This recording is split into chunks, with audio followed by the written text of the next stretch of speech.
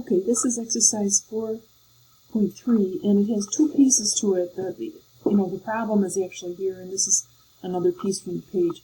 But they want you to, in the first place, take these items. This is a person that has a quilt making business.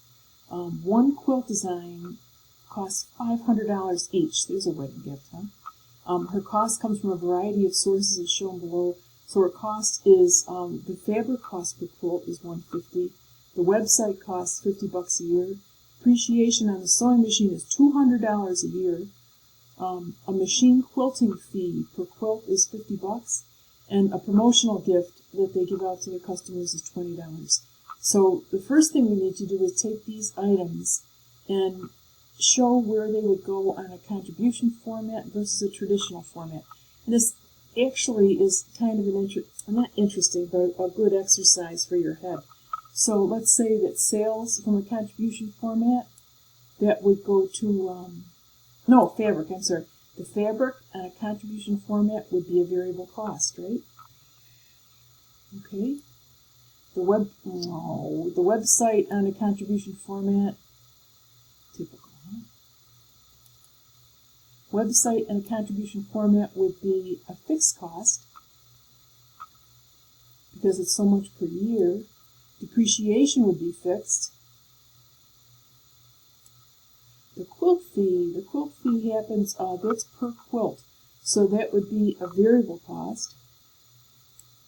And the promotional gift is also per quilt, so that would be a variable cost. Okay?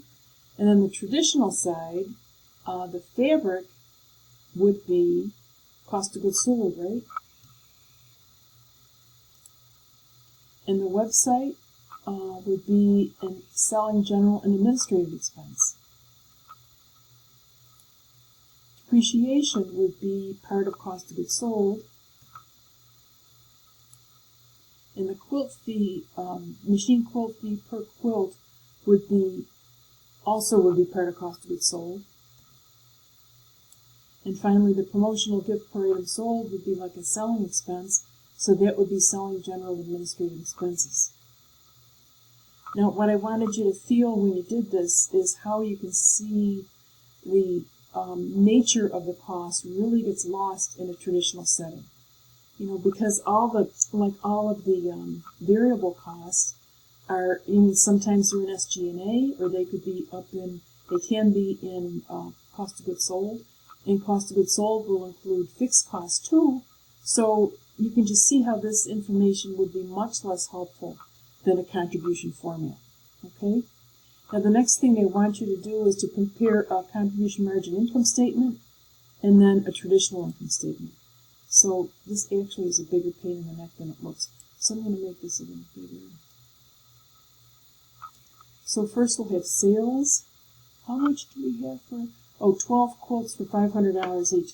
So sales equals 12 times 500. And I'm going to say less variable cost. And that would be the fabric. Is 150 times 12. It's going to take forever, huh? The machine quilting fee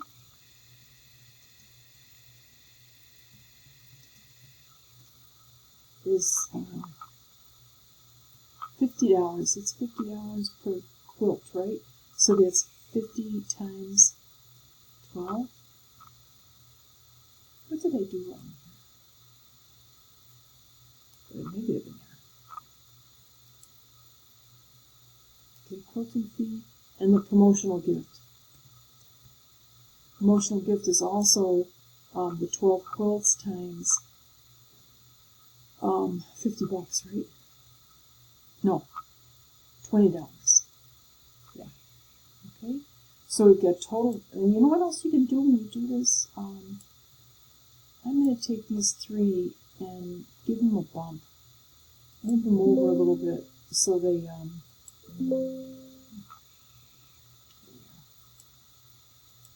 This looks a little better, right?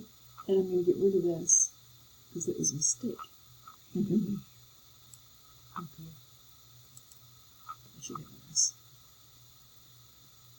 So then we get total variable cost. You guys know this though, right? I guess I expect you to answer me here. And this would give me, this is our contribution margin statement.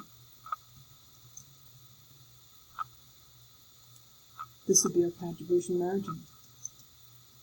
And that's equal to the total sales minus our variable cost. Okay.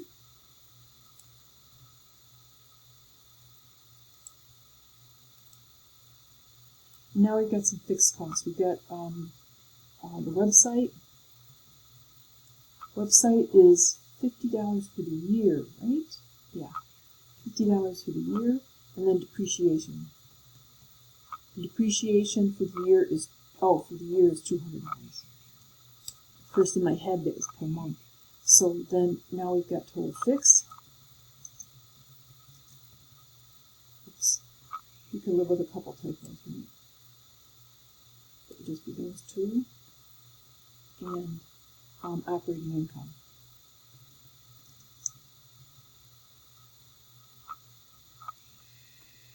So that would be equal to contribution margin minus your fixed costs. Okay, 3110. Then we can select all of these and give them, I'm going to show you here, I'd like you to use this comma style formatting. Okay, and then get rid of the extra zeros. And see that nice, it gives it, what's nice about that format is that it pulls it away from, the very edge of the column. You know, it gives you just a little bump. Now if I put, let's say I put a 3110 in there, see how it's right up against the line? Okay, this is just a better presentation in my view. Okay, then if we were going to do this in a traditional format,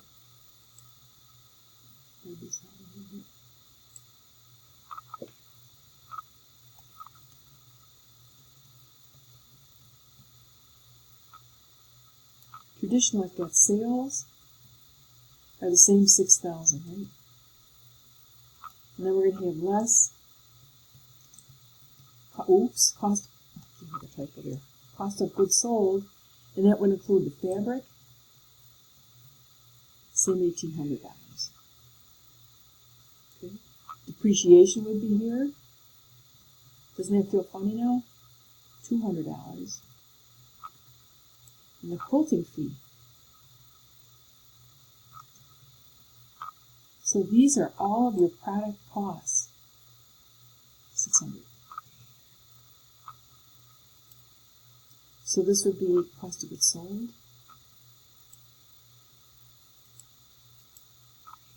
Okay.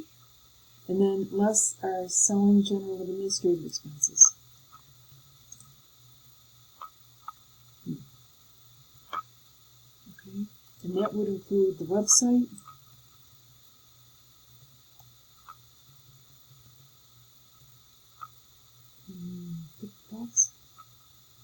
And what else do we have? Website and the promotional gift. See, now that's a variable cost, but it's going to be down here in selling, general, and administrative expense. And that's $240. Okay? And that brings us to, total SG&A.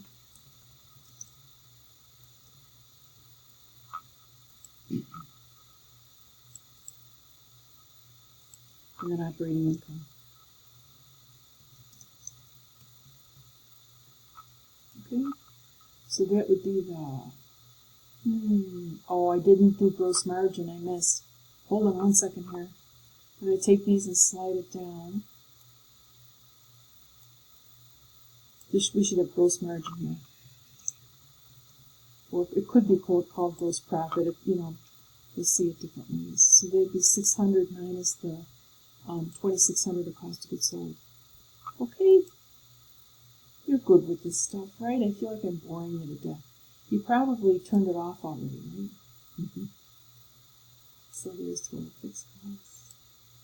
one other thing you can do, let's say I want underlines all over the place, If you click on the, I'm going to pull this up, on the Format Painter right here, you double click on it, then I can put these wherever I want it. I want one there. This cost of goods sold, I want one there. I didn't catch it. There we go. What else? One there. I have to fix all my highlights. There's cost of goods sold. I need one there. It really makes a difference in how something like your total fixed cost, total SG&A, and then you can hit escape to get out of that. Then our net income then would be the $3,400 of gross margin minus selling general and administrative expenses. It's the same 3110, but don't forget, if you have inventory in here, it's not going to be the same. It's going to be different. And that's, well, don't worry about it. That's going to be what the problem is anyway. Yeah, I'll take these and move those over a little bit with a bit of a bump. See, doesn't it look better? Cost of goods sold, we can move this over. And you remember that a financial statement really is about readability. You want the user to be able to read this and have it make sense, and they're all in great shape. Okay? So that is the longest easy problem I think I've ever done in my life. And then there's a final question on there. Describe the key categories of costs used to reach the contribution margin, I think. It's the wrong one. Given Thomas's ant uses different assumptions of volume, price, and cost, which of these which format would predict profitability better? Okay, it would definitely be the contribution margin format, because we could increase these costs for increases in volume. Okay, that is not easy to do on a traditional statement. You can do it, but it's a very high probability of making a mistake. Okay, let me do this too. Of course, the other thing you need here is a dollar sign.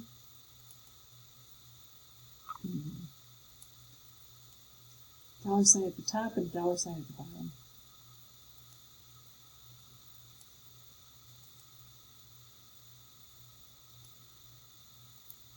Here. Should actually have double underscores under it too, but that's pretty good. And remember again, though, that any statement like this is a communication mechanism. That's what you get paid for. Okay, this is what people are used to seeing, so you don't want to change formats or anything like that. It should be really easy to see. These little fussy things don't drive you nuts, but it makes a big difference.